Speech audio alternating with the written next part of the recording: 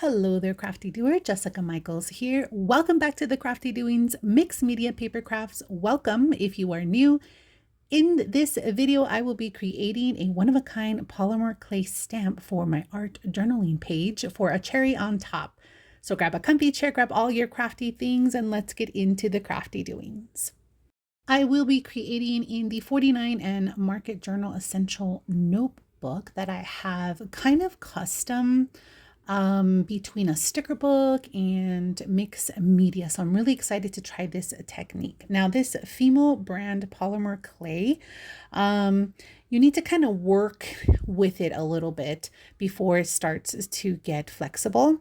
I've gathered a handful of just random objects around my craft room, like this piece of lace, and I found it easier to put the clay on top of a stamping block, roll it into a ball, and then press it down onto the lace. I'm also going to use Ranger Archival ink. This is acid-free, permanent waterproof, so that it doesn't smear, especially later on when I begin to add my other medium. So I think that this looks pretty cool, not what I thought, and I'm gonna try to, it kind of reminds me of like snake scales, more or less than lace, but that's okay. I am experimenting. And I thought that I could probably wipe off the archival ink, but not much came off of it. And so I'm just gonna move forward because I'm excited to imprint these other objects, like these gears. These are from my stash, and I also believe they're from Tim Holtz Ideology. And look how cool that looks. It reminds me of like jelly printing or gel printing, and it just looks super cool on top of this crisp white journaling page. So I've used both sides, and I'm going to roll it back up into a ball, and the ink is coming off slightly onto my hands. I don't mind. You could totally use gloves if that's an issue for you. But again, I'm going to roll it up in a ball, push it down until it gets flat enough to fit my next object, which are these handful of just screws that I found.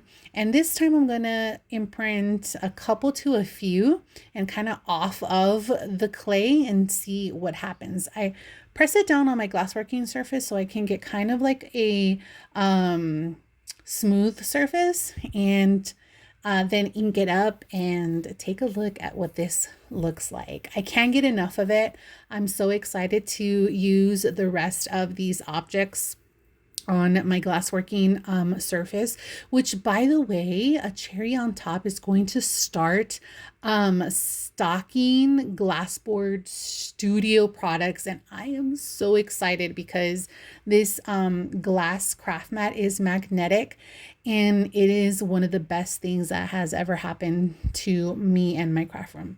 So stick around for those updates so you can use my affiliates and support me and my crafty obsession to help you gain confidence with your mixed media paper crafts. So after using both sides, once again, I'm going to roll up this ball as smooth as I can, press it down, and I'm going to imprint these coins. I do want to point out that the lace, since it was flat, I put the clay on top of it to imprint. The screws, I held the clay up and then I pressed the screws into it myself, and also to get multiple prints on them, because that would be kind of tricky to press the clay on top of my glassworking surface, and I also didn't want to damage it. Here is a candle holder that I was interested in imprinting and see what happens. And yet again, I am lifting the clay and pressing it onto it as opposed to rolling it on my glassworking surface. I think both work. So I have a pretty cool design. It's different though when you ink it up and then you stamp it onto the page, and you'll see exactly what I'm talking about. I'm not convinced, so I'm going to put it in here where I plan to put my focal point, and I was correct. My gut was right. I do not like it. So I'm going to actually try to spritz some just soapy water on this and wipe it down as much as I can, but it is permanent ink, so it's going to leave a stain, and then roll it right back up. I'm wondering, and let me know in the comments section below, have you ever tried custom making your own polymer clay stamps. This piece of clay I'm going to reuse, but if there is a imprint that I absolutely love, I can bake this and it'll be a permanent stamp forever. So that is something pretty cool and unique about this brand of polymer clay versus like your Play-Doh that you usually hear of, because that also dries, but it'll crack. This will bake, dry, and it will be nice and solid and smooth for you. After I'm done with my imprints and stamping, there wasn't really one that I wanted to keep and bake forever. So I'm going to go ahead and grab my heat drying tool and dry this as much as I can. And I'm going to go in with some mediums. Now, I did stamp an image for practice off camera before I started, and these were the images. And instead of tossing them out, I am going to fussy cut one of them and make that my focal point. Now, you didn't know I did this off camera, but you can grab a scrap piece of paper and pick your focal point out of all of those objects that you gathered around your house. Or just, think of something. And I think it's really cool that it's a focal point because that is what is in the background as well. So it helps kind of bring, it highlights the background is what I meant to say. Now, I thought I was going to use this pattern paper from Tim Holtz's newest release.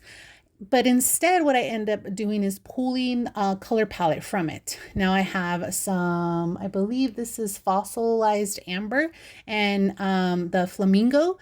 So I'm just gonna dive right in. And I usually like to start with the lightest color and then just spray sporadically. And between me and you, I wasn't really sure what I wanted the result to look. I just kind of really wanted to focus on the imprints and then play. So I know that spray stains can get a little messy and they leak everywhere. So I'm going to get this packaging paper and just set it under there before I start spritzing. I like the way that fossilized amber looks in general. It is one of my favorite yellow tones to go to, but I feel like this isn't bright enough. So I'm going to go in with some squeezed lemon. It's a squeezed lemonade.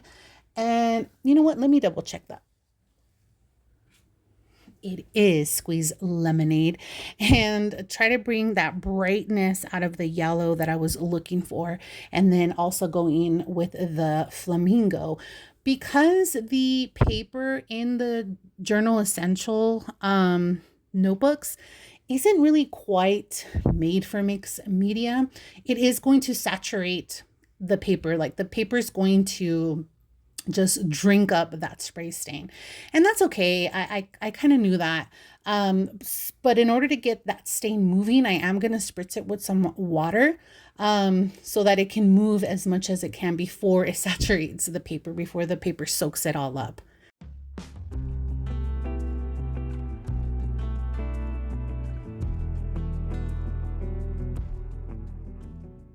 I do want to take a second and point out the difference in sprays.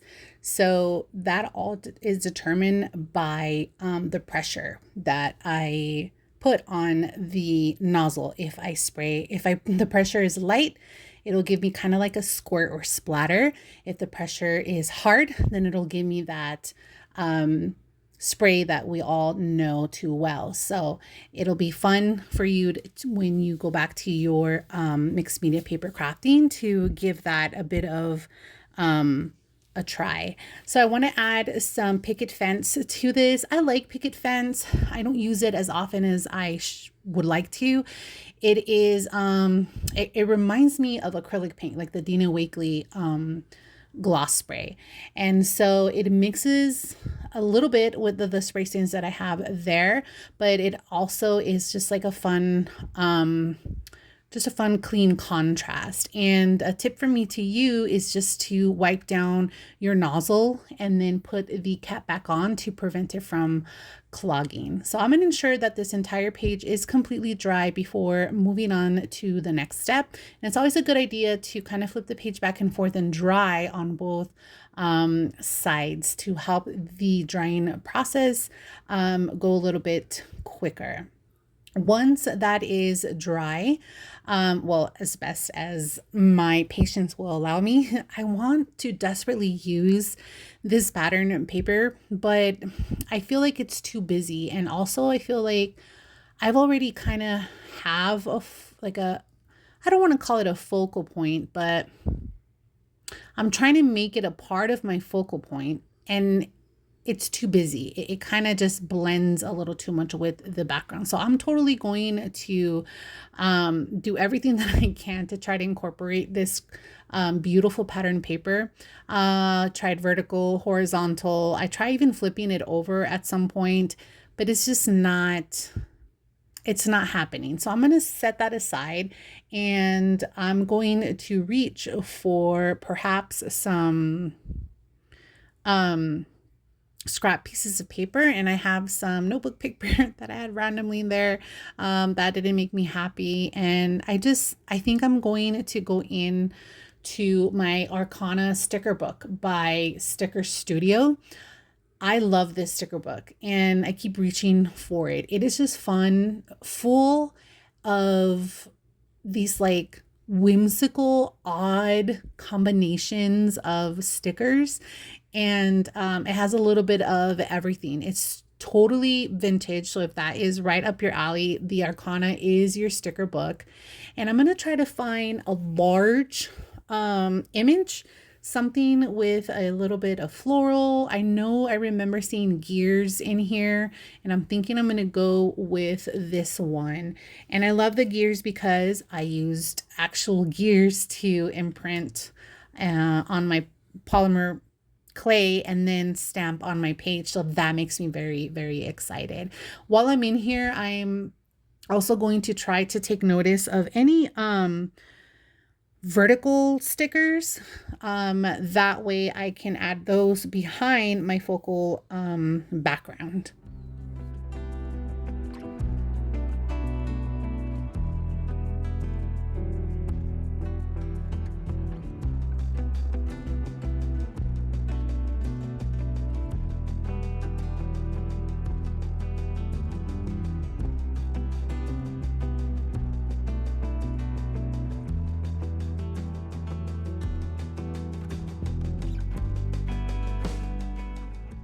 Okay, I'm so excited with how this is all turning out. I'm gonna reach for some foliage to just kind of offset or build on, I should say, to build on top of like the feather and some of those flowers that are already in there. And just layer up the stickers. So I'm going to hit here, my focal point right here. I'm going to kind of offset the butterfly a little bit. And then I'm going to dive into Tim Holtz's ideology chit chat words and see what I kind of get inspired to put together here.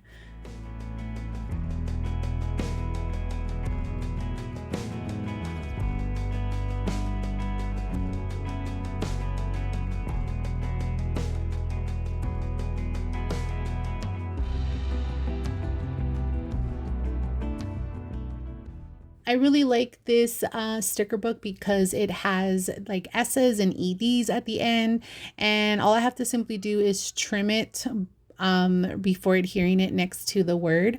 So I'm going to go back and forth here with the placement and finally decide just to keep it on top of my focal point, and discover everyday little treasures, because what did I just do? Go around my office and discover little knickknacks and treasures and create this awesome background. I am so happy about it. I want to keep adding more things, but all I think it really needs is just to add depth to the edges of the page. So I'm going to go in with the Black Suit Distress Oxide and these awesome mini ink blending brushes by Simon Hurley that I'm obsessed with. I'm actually using those just strictly for my Distress Oxides, and I'm super excited because Ranger also made like the labels for the top of the spray stains, but I'm using those to put on top of the blending brushes, and I'm doing it as I go because I don't have all of the brushes. I need to keep buying some more. So all I do is in the middle of my projects, find the sticker that I color that I just use and then add it on there. So excuse me while I try to get organized.